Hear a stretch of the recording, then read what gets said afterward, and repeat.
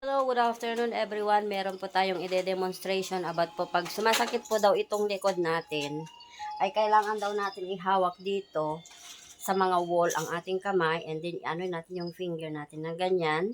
Tapos iti-twist mo ng ganyan in 20 seconds guys. And then madadama mo talaga yung sa kamay mo pag namamanhid po siya. Tapos, pagkatapos po ng 20 seconds or 30 seconds, ibabalik mo po yung kamay mo ng ganyan. And then, pag ganito po siya ulit. Ganyan siya guys. Sa 20 seconds. And then, madadama mo talaga yung sakit doon dito sa likod mo para mawala daw ito. Ayan, gaganyanin siya. Ganyan mo siya.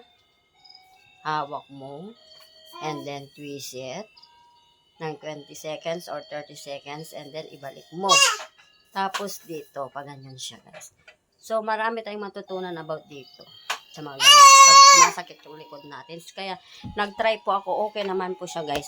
Natanggal yung sakit sa dito ko. Kasi pag taglamig talaga guys, masakit yung shoulder natin, diba? So, maraming salamat po at sana po ay matutunan natin mag-exercise para matanggal yung mga sakit sa ating katawan.